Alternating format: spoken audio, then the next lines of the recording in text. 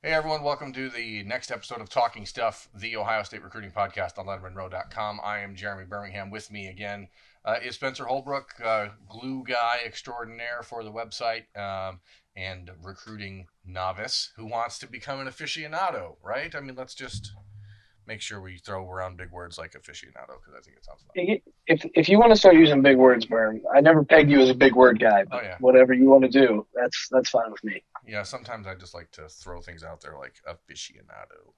Sounds official. Um, Spencer, today we're just talking a little bit of stuff. There's not a lot going on, and that's sort of the thing right now with the Buckeyes and the recruiting class of 2020, especially, is that we've been talking about the same guys for pretty much the last 2 months as a class. The Buckeyes have 23 guys that are currently committed, and I'm not counting Jake Seibert, the kicker, because he's a gray shirt. I think that they're in a position to land 3 or 4 more, and we've talked over and over about the same guys. Yeah, it Uh, kind of seems like a revolving door of guys. You just spin the wheel of fortune, see which guy we're going to talk about each week on Talking Stuff. But that's not a bad thing necessarily, knowing that Ohio State has all these guys nailed down, and they don't really have to worry about too many guys in this class. So take it for what it's worth. But we're going to keep talking about the same guys. Yeah, I mean the first one this weekend that visited for the first time was Jameer Gibbs, the running back from Dalton, Georgia, committed to Georgia Tech. A player that has blown up nationally. He's up to being ranked as the ninth best tailback in the country, according to 247 Sports. He made his first visit to Columbus. It's a trip that a lot of people weren't sure if it happened because he wasn't at Ohio Stadium before the game began. He didn't show up until after kickoff because of a late flight arrival. And then he spent Saturday and into Sunday and left in the afternoon on Sunday. Now, here's the thing about Jahmyr Gibbs. People need to understand this is not one of those kids that wants to draw a lot of attention in the recruiting trail. He's not interested in tweeting a bunch of stuff or doing a million interviews. He doesn't want to say anything about his trip. I have obviously spoken to some people around the Ohio State program around how they felt about the visit. And it was, I don't want to say cautious optimism, but it was sort of like they understand that they offer Jahmyr Gibbs a unique opportunity in a class that doesn't have a tailback, that is a program that runs the ball quite a bit, is a program that is going to contend for the national championship and conference championship every single year. But they know that it's further away from home than Jahmyr Gibbs wants to go. And I think that ultimately is the thing to watch here. I talked about it Monday afternoon's edition of Dotting the I's on Lettermen Row, but here's the real setup. There's Bama, who has 2 running backs committed and is continuing to chase Zachary Evans, the top-ranked running back in the country. I would Zachary give them three. That would give them 3, right? Zachary Evans is now potentially leaning towards LSU, is what the scuttlebutt is, but his recruitment has gone every which way and has changed over the last few weeks, basically every single weekend. If Zeke Evans ends up at LSU, perhaps Bama turns around and really makes Gibbs a priority. But right now, he doesn't seem to be their focus. But because I think that his interest is staying closer to home, right now his final official visit is set up for December the 16th at Alabama. So the signing day starts on December 18th, and he's got a visit set to Alabama for 2 days before that for an official visit. I think that gives Bama some wiggle room to try to figure out exactly what's going on with Evans before they then decide if they want to really go hardcore after Gibbs. Now, other than Bama, the one school that keeps being brought up for Jameer Gibbs is Georgia. Georgia has obviously 5-star running back Kendall Milton committed, but according to people I talked to around the Bulldogs program, their focus right now is Don Flip Chaney Jr. From Miami, who's committed to the Miami Hurricanes. They're trying to flip, and if they can do that, then they won't make an effort to really go after Jahmyr Gibbs. So again, it's like here's Georgia, here's Bama. You're not the priority at either spot. Can Ohio State, by making him a priority, win that battle and overcome the distance from home? Now, Yeah, how that's sort of the debate. it's a distance versus priority thing. If you want to be closer to home but not feel like a priority, those two schools are probably a better option for you because they are closer to home. You're never going to play in a 28-degree game at noon against Maryland. You're going to play in 70-degree weather until the first weekend in November. But there's also that aspect of Ohio State needs a running back. Jahmyr Gibbs can look at 24/7 Sports if he wants, or he can just listen to the coaches say they don't have a running back in Ohio State, and they do have some at Georgia and at Alabama. So priority versus staying closer to home, I think that's an interesting paradigm that he's going to have to choose between. That's a good recruitment worth seeing, because those are two pretty good schools Ohio State's battling against. Yeah, and that's also why Georgia Tech, despite the fact that you wouldn't think that they're really involved when you're looking at schools of that upper crust of Ohio State, Georgia, Bama, LSU, Florida, that are all on the at least involved with Gibbs on the periphery. You wonder how Georgia Tech plays into that. He's been committed there since April, but there are still a lot of people who think that rather than going to Ohio State, even if Georgia or Alabama didn't work out, that he could still end up sticking with the Georgia Tech commitment just because it's closer to home. So, I think that the real thing to watch, if you're an Ohio State fan, if you're a Big Ten recruiting fan, if you just want to see the dominoes fall, what happens with Zach Evans? Does he end up at Bama? Does Don Chaney end up flipping to Georgia? If those two things happen, then all of a sudden what you have is an Ohio State and Georgia Tech head-to-head matchup for Gibbs, unless then LSU gets involved because they don't have a running back commitment and blah, blah, blah. There's all these pieces, right? And there's all these dominoes, and that's why recruiting is fascinating, because there are so many things that are constantly moving that make this interesting. So that's where they're at with Gibbs. Go ahead. Isn't that weird how he's committed to Georgia Tech, and we just went on for 5 minutes and didn't mention Georgia Tech till the very end? Like, that's still a very big option for him to stay at Georgia Tech, to build that program with Jeff Collins at Georgia Tech and make a name for himself in his home state at the secondary school in the state. And that, if Zach Evans were to choose Alabama and Chaney flips to Georgia, then he may stay at Georgia Tech, and he may want to make a name for himself there, because that's still an option for him. It's not just like Ohio State, Georgia, and Alabama are going for this uncommitted prospect. No, he's still committed somewhere, and I think that's important to remember. Right, and Chris Collins' program is sort of banking on doing what Michigan State and Kentucky's made a living doing in Ohio in recent years, which is making sure if the guy's not going to Georgia, that you're not losing him to somewhere else. So we'll move away from the running backs. That will be revisited in 2 weeks when Mayan Williams visits for the Penn State game, and we'll just wait, hopefully, to talk about it until then, because we do, as we said, keep talking about the same players over and over. So speaking of players we've talked about over and over, let's talk about C.J. Stroud. He visited nowhere over the weekend. He did have a big visit, however, last Friday night, as Jim Harbaugh and the majority of the Michigan coaching staff went out to Rancho Cucamonga and watched him play in the first round of the California playoffs. Afterward, the scuttlebutt was that CJ had set up his official visit date to Michigan, which when we were out in California 2 weeks ago, he said he wasn't sure which schools were going to get him. He knew Ohio State was going to get one. He knew Oregon was going to get one.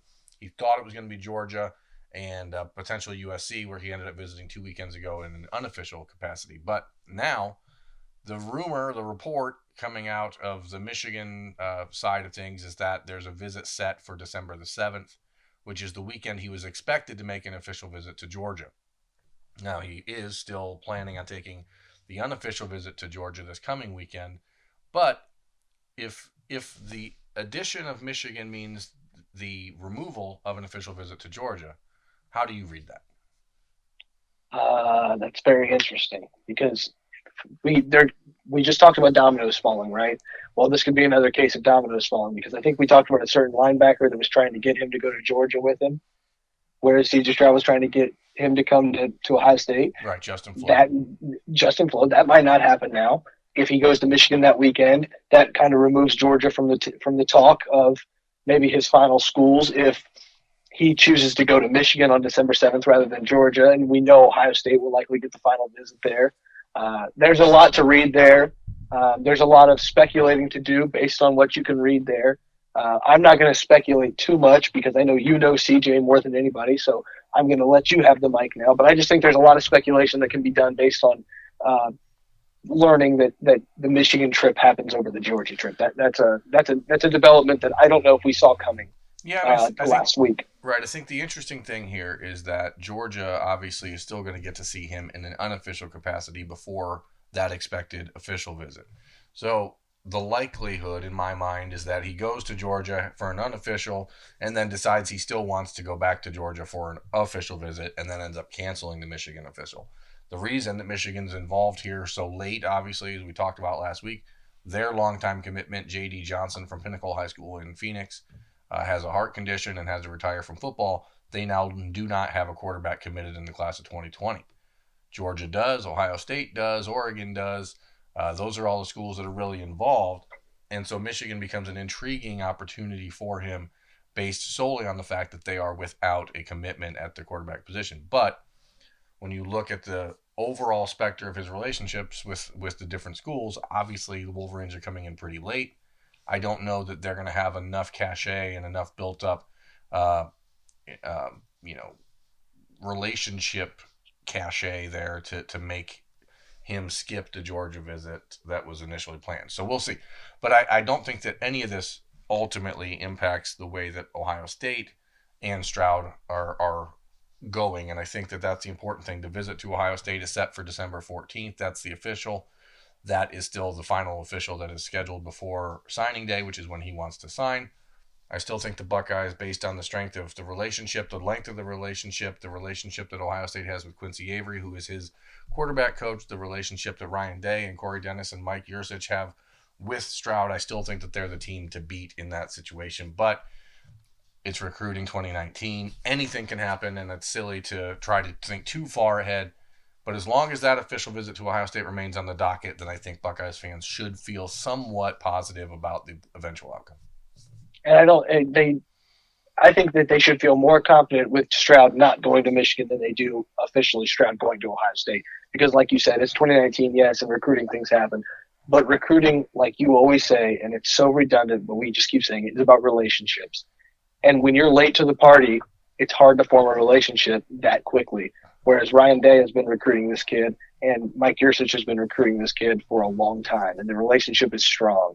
And I think Ohio State fans need to remember that, and they need to take some shelter with that, because they know that at the end of the day, you can lean on your relationship with the coaching staff if you're CJ Stroud at Ohio State. Exactly. And I think that's a big piece right now that we should make sure to continue to repeat as this Michigan talk continues to heat up. Either way, buckle up, because the reality is, as I said, this is the way recruiting is going to go. There's going to be twists and turns, so you just got to kind of get ready for that. Speaking of a different recruitment that, when you're talking about being optimistic or hopeful, Buckeyes fans for months have had this idea that perhaps they had the opportunity or were in a position to potentially flip Elias Ricks, the number one cornerback in the country, out of the LSU Tigers class. Elias is a player that famously last year said if Urban Meyer was still at Ohio State, he would have committed to the Buckeyes. He's never been back to Ohio State this year. He's been committed to LSU since last Christmas. He kept saying Ohio State and Alabama were going to get official visits. And now, after LSU beats Alabama, he says his recruitment is officially shut down, blah, blah, blah, blah, blah, right? Who cares? The odds are he was never going to end up flipping to Ohio State anyway. And if he did make the official visit in the November 23rd weekend against Penn State, which I honestly still think he probably will. I think that a lot of this stuff is just social media bluster, and he's going to still see an opportunity to go see a pretty good game and make a visit with his friends. And I think he's still going to do that. But any optimism, any little optimism that was there with Elias Ricks before, I think should be gone. Yeah, and you've been saying that for a long time. Elias Ricks was not going to be at Ohio State. And I think part of it was Elias getting a lot of attention from the biggest fan base in the country, Sure. Which everybody wants that. Why would you not want the biggest fan base in the country to talk about you as somebody who could come play for you? It's a lot of attention. And then the whole IMG Academy and being roommates with an Ohio State commit and things like that. It's a lot of song and dance that you saw right through. I will give you credit for that. I can't pat you on the back, and I don't know if our friend Austin Ward would want me to give you a lot of credit. But, No, but definitely not. I don't want to make your head too big, but when you see something that you claim is just talk, you call it out, and this was obviously a lot of talk, and that visit could still happen. They could still give the whole sales pitch like they might to Justin Flo, but at the end of the day, LSU is LSU. And the debate for DBU can go on and on, but it looks like Ricks is going to be part of the DBU section in LSU and not OSU. Yeah, and that's why the Buckeyes have been so, proactive in going out and flipping Ryan Watts from Oklahoma. They have Legend Cavazos, Clark Phillips, Lathan Ransom, Court Williams could potentially play, defensive back. You have Cameron Martinez who could play defensive back. They obviously know that they're in a position where they're going to be losing a handful of very important players in the secondary. And they would love to bring in a guy like Elias Ricks or Keely Ringo from Scottsdale, Arizona, who's the number 2 ranked cornerback in the country. But both of those have been beyond long shots for a long time. and Ricks was significantly ahead of Keely Ringo on the possibility meter, but it was still very, very low. So speaking of possibilities that are low, but maybe now shrinking, Tyler Barron, the 4-star defensive end from Knoxville Catholic High School, took an official visit to Ohio State on the weekend of October 4th when the Buckeyes hosted Michigan State. He announced on Sunday afternoon that he thinks his decision had been made on Twitter, but then he told me on Monday that he's still not going to make any announcement until signing day. The belief that I have is that as the Tennessee Volunteers have gotten a little bit better and the odds of his father holding on to his job with the Volunteers, he works in the recruiting office for Tennessee, and that coaching staff being sticking in place, I think the odds are now better that Barron ends up at Tennessee and not Kentucky or Ohio State. What is your take? Yeah, I think that's true. Tennessee looks like a competent football team now. It seems like Jeremy Pruitt's going to keep his job for a third year. I think that's probably the right thing for them to do as far as recruiting and just coaching. I think you're seeing some real signs of improvement there, which also means recruits are going to see some real signs of improvement there. If me, a former football player who only played varsity football in high school, can see that there's improvement on the field, I think a 4- and 5-star recruit that might be considering Tennessee can see that as well. Yeah, so Tyler Barron. Sorry, go ahead. So if your dad works in the recruiting office, you see improvement on the field, and you get to be around the guy who's recruiting you at the dinner table, or somebody who could potentially be somebody in your office is at the dinner table, then there's a good chance you're going to stick with Tennessee when you see the improvements that are happening on the field. Yeah, Barron is the country's 4th-ranked strong side defensive end. As I said, he did visit Ohio State officially. He's been a player that Larry Johnson and the Buckeyes have been watching pretty regularly over the last handful of months. He made 2 visits since the summer. Truth is, he's a player that is highly ranked, and there's some developmental issue or need there, and I don't think he's a player that Ohio State believes could come in and contribute too much right away. I think there's a better opportunity for him to do that at Tennessee or even at Kentucky if that's the way it shakes out. But right now, with a decision made, even though it's not going to be announced until signing day, he told me, as I said, who knows what happens. There's time for Ohio State to change it, to change his mind. There's things that can obviously still happen. But right now, I think for Ohio State, the defensive end position, which is one spot they're still looking for another guy, they're going to have to start looking in other directions, in my opinion. Xavier Carlton from out in Utah remains on the list. He's supposed to make an official visit this month, but he's been very mum about that as well. So you just don't know.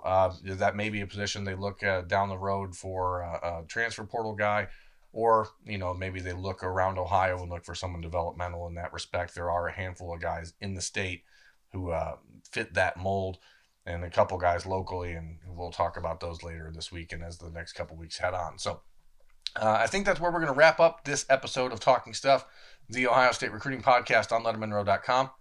I am Jeremy Birmingham. That is Spencer Holbrook. We thank you for watching. Please like, subscribe, rate, all that Hit stuff. The bell. Hit the bell. bell. Hit that bell. Wherever the bell is. Yeah, so that you know when there's more stuff coming your way. So, again, folks, for Lettermen Row, thanks for watching.